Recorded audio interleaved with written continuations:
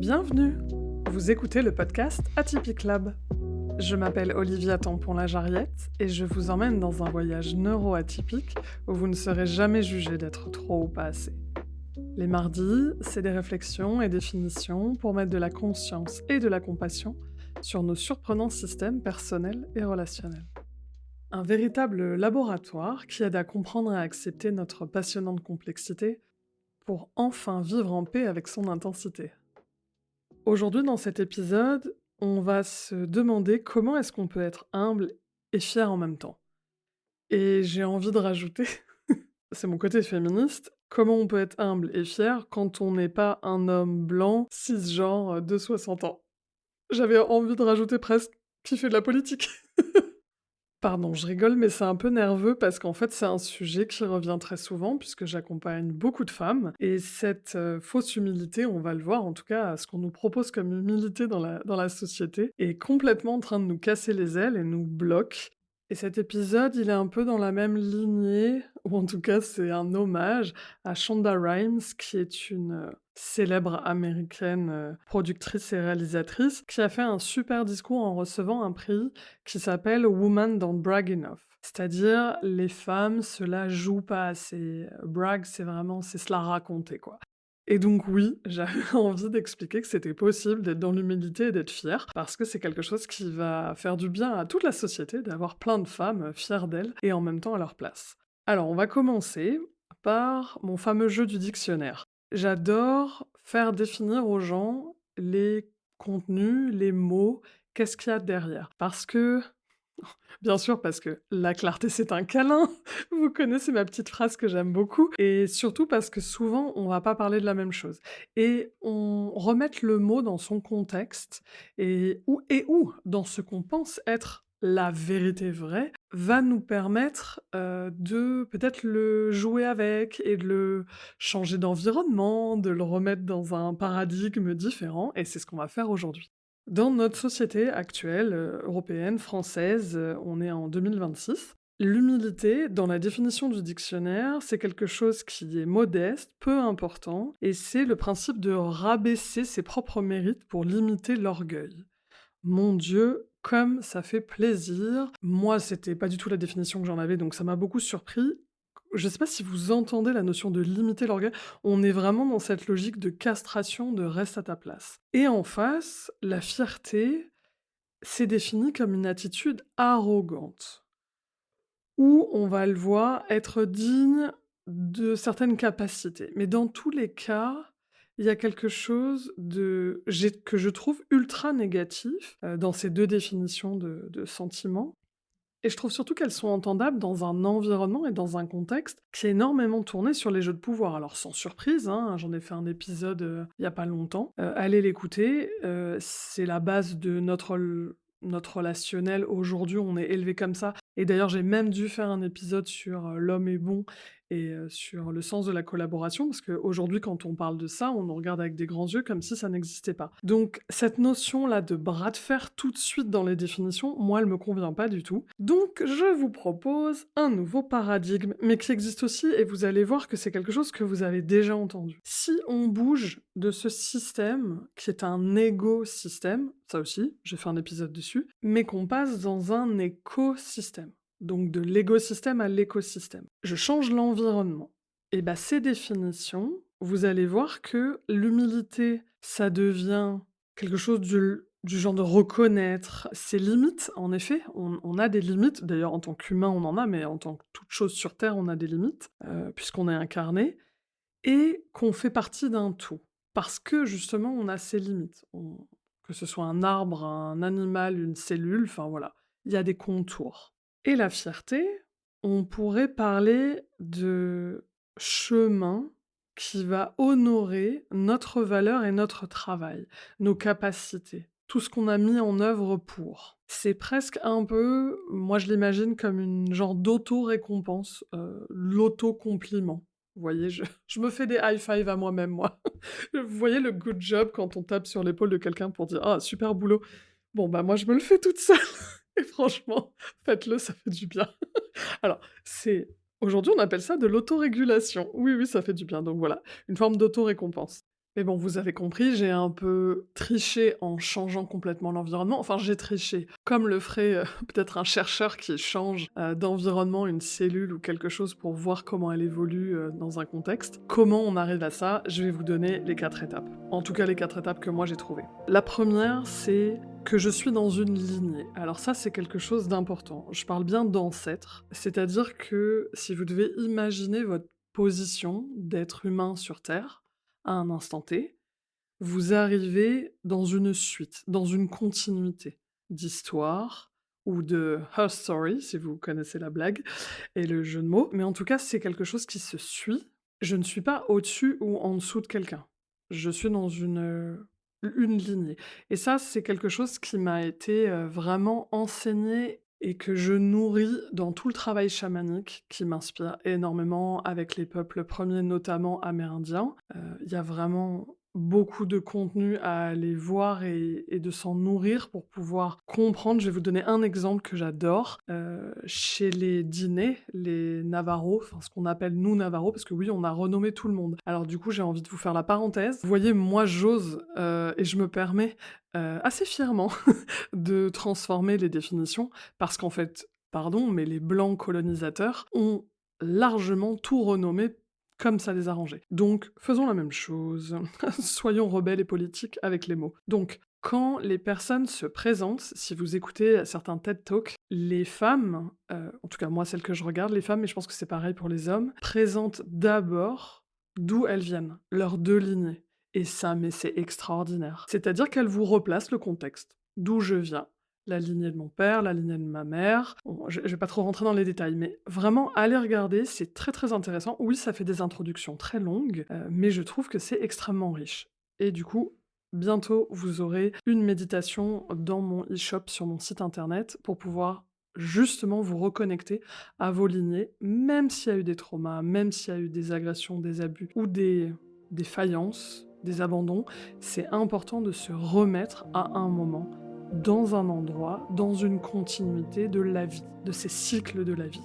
Le deuxième point, c'est le même, mais pas sur une temporalité, mais sur une globalité, c'est que je suis dans un environnement qui est plus grand que moi. Je fais partie d'un tout, ce tout, vous pouvez le nommer comme vous voulez. La vie, vous pouvez parler de Dieu, de la source, du créateur, de la nature, du vivant, peu importe le nom que vous lui donnez, c'est extrêmement important et vous verrez que toutes les personnes qui arrivent à garder une certaine humilité, on le verra malgré un certain pouvoir, c'est des personnes qui restent incarnées.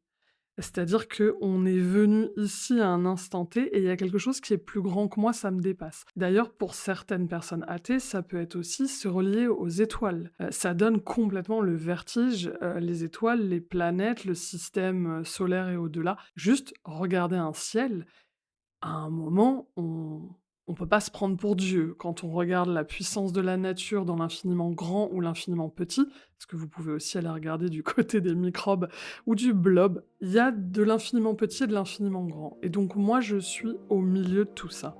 Ici, maintenant, c'est vrai que j'ai choisi à un endroit de m'incarner, et c'est le troisième point, c'est je suis unique. Bien sûr, je mets de la nuance, j'appartiens à un groupe. Alors, plus ou moins petit, plus ou moins gros.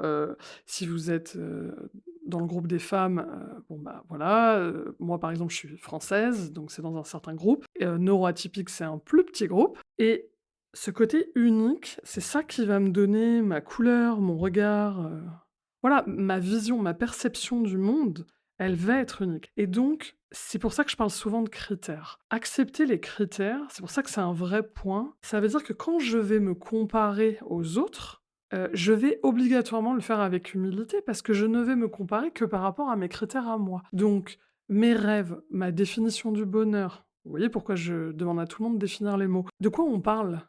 Si pour quelqu'un, le bonheur, c'est le nombre d'enfants, bah, cette personne, elle peut être très, très fière de sa très grande famille avec 7 enfants, mais moi, je peux être très fière de ma vie que j'ai construite sans enfants. Vous voyez le lien? Et il y a pas de rabaisser, c'est simplement vous pouvez vous ouvrir et ça paraît complètement évident ce que je suis en train de vous dire, mais on ne peut le faire que quand on est dans une capacité et qu'on a développé son empathie et qu'on est en sécurité. Ça, c'est vrai. Donc c'est pas aussi simple qu'il y paraît. Mais quand vous êtes dans cette double réalité et que vous arrivez à relationner et à collaborer, vous allez pouvoir demander à l'autre: «C'est quoi tes critères? C'est quoi tes rêves? De quoi on parle?» Et donc toi, tu peux être fier de ta réalité qui est complètement à l'opposé de la mienne et en même temps, bah, voilà, c'est trop génial.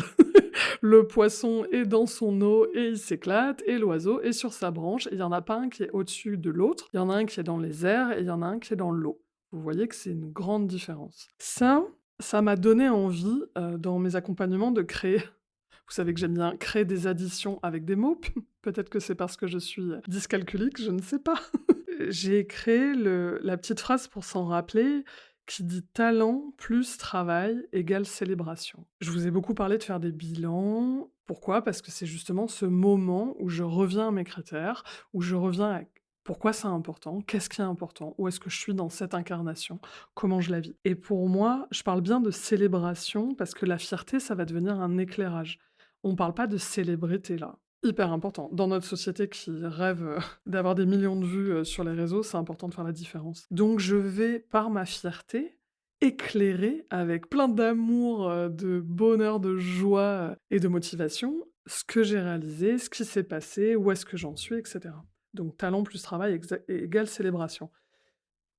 Et le dernier point, c'est pour aller, j'allais dire, encore plus en profondeur, c'est être au service. Je me suis rendu compte que certaines personnes qui arrivent très bien à être fières, qui arrivent très bien à célébrer, alors là, on peut peut-être parler de certaines célébrités, hein, n'arrivent pas à rester au service. C'est des personnes, bon, qui vont rentrer dans des ego trips, hein, on le voit, il y a des exemples dans tous les sens, vous n'avez pas besoin de moi pour vous en trouver. Et être au service, on parle bien de valeurs, on parle de causes, on parle de sujets qui sont importants pour nous et d'ailleurs, on parle de cause et pas de combat. Vous savez, les personnes disent: «Ah ça, c'est mon combat». Essayons d'éviter le champ lexical de la guerre à tout prix parce qu'à nouveau, ça veut dire qu'il y a un gagnant et un perdant. Donc il y en a un qui est supérieur et l'autre qui est inférieur. Un qui raconte son histoire et l'autre qui subit l'histoire de l'autre. Donc bon, essayons de déconstruire un peu tout ça et de trouver des mots un peu plus neutres. Et je vous rappelle que d'être au service, on peut pas être au service de l'argent et du pouvoir. C'est pas possible. En fait, c'est pas des valeurs, c'est des moyens. Je sais qu'on l'a un peu oublié en passant pour beaucoup de monde et quand vous avez de l'argent, on peut faire quelque chose. Le pouvoir, c'est «je peux». Donc oui, l'argent est un moyen, comme les relations, comme la motivation, comme et cetera, comme un environnement sociétal, structurel. Donc ce qui est important dans ce dernier point, c'est que ça va nourrir cette humilité de se dire: «Je fais partie d'un ensemble de personnes, qui vont donner leur énergie, qui vont donner leur action quelque part» et ça va donner du sens à votre vie. Mais il y a à nouveau quelque chose qui est plus grand que moi parce que ça vient de moi, mais ça me relie aussi à d'autres. D'ailleurs, c'est pour ça qu'on pourrait s'amuser, hein, à faire le lien avec les religions à cet endroit. Et ça va me permettre à nouveau d'être humble, parce que je fais ça pour quelque chose, pas que pour moi. Au passage, bien sûr, si je peux, moi en tout cas c'est mon cas, aimer mon travail, si je peux avoir du temps pour faire ce que je fais là et vous offrir, des épisodes, du temps, des outils, bon bah c'est super. Si ça peut me permettre de rencontrer des gens, d'avoir du confort et cetera, bon, ça c'est super, il faut continuer parce que ça apporte notre capacité à être à notre place, à produire, à mettre en avant notre talent et donc n'arrêtons pas.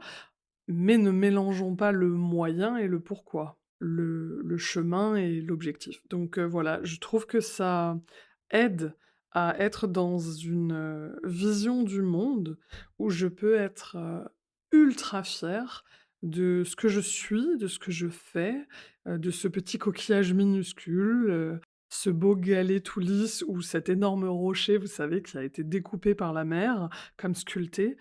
Et c'est cet ensemble qui forme la plage et encore là, je vous parle que de ça, mais bien sûr, il y a tous les animaux, il y a tout. Cette capacité à se remettre dans quelque chose qui est plus grand, qui est un tout, avec une variété de vivants autour de nous, ça va nous permettre justement de continuer à regarder avec curiosité, avec amour, avec intérêt, bah, la nature donc moi, c'est un peu un de mes rêves, c'est qu'on commence à la prendre en compte dans notre, écosystème, pour pouvoir justement, que tout ça se nourrisse et soit un peu plus pérenne. Bon, en tout cas, c'est mon espoir à moi. Alors, je vous ai pas beaucoup parlé de l'angle, neuroatypique sur cet épisode parce que pour moi, déjà, le fait de tout remettre en question et de changer le paradigme, c'est déjà un peu une lecture neuroatypique. Mais j'avais quand même envie de vous apporter un exercice qui est en fait plutôt une pratique que j'adore, qui d'ailleurs a été, publié dans mon livre. J'ai publié un livre en 2020, wouhou! Moment de fierté. À l'époque, j'ai eu beaucoup de mal à être fière, donc je suis contente de pouvoir vous en parler aujourd'hui et j'ai appelé ça la jarre des fiertés. Vous pouvez rajouter des compliments d'ailleurs, d'autres personnes. Et le principe, c'est de prendre un genre de bocal à poisson où vous voyez un gros pot en verre et à chaque fois que vous avez, fait quelque chose dont vous êtes fier. Donc fier, c'est pas de la gratitude, hein. La gratitude, c'est merci à la vie. La fierté, c'est, merci et bravo à moi, c'est-à-dire que j'ai transpiré. On pourrait presque dire qu'il y a un peu d'énergie du masculin. Vous voyez, je fais, ça vient pas à moi. Enfin, ça peut venir aussi et j'en ai fait quelque chose. Bon. Et vous allez plier des petits bouts de papier dedans. Tous les soirs, vous pouvez en mettre un, ou à la fin de chaque semaine, quand vous faites votre bilan hebdo, seul ou avec votre équipe, ou avec votre famille d'ailleurs. J'étais en train d'y réfléchir. C'est un super travail à faire avec les enfants. Et donc, une fois que vous allez le mettre dans votre jarre, dans votre pot à fierté, bah, c'est un genre de boost pour les jours où c'est difficile. Et si dans votre neuroatypie, vous avez un TDA, vous savez qu'il y a des jours où c'est très très dur. Si vous êtes simplement une femme menstruée, vous savez qu'il y a des moments dans le mois où, en fait, on ne devrait pas avoir à produire, donc oui, c'est difficile de maintenir une énorme efficacité.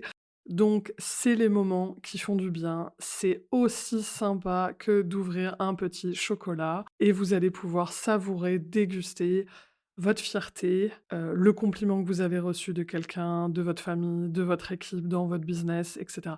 Et c'est concret. Donc en fait, pourquoi ça fait beaucoup de bien? Parce que ça bloque à l'intérieur de votre, émotionnel. En tout cas, ça remet en cause le côté: «Ah mais non!» et on revient, vous voyez, sur la définition du début: «Oh mais non, quand même, il faudrait pas que ce soit de l'orgueil». Non, c'en est pas. C'est concret, c'est réel et franchement, félicitons-nous. Moi, un de mes rêves, ça serait d'organiser des soirées, où toutes les femmes passeraient leur soirée à féliciter et à applaudir les célébrations des autres et les réalisations des autres dans tous les domaines de vie. Donc s'il y a une des personnes qui m'écoute qui rêve d'organiser ce genre de soirée, contactez-moi!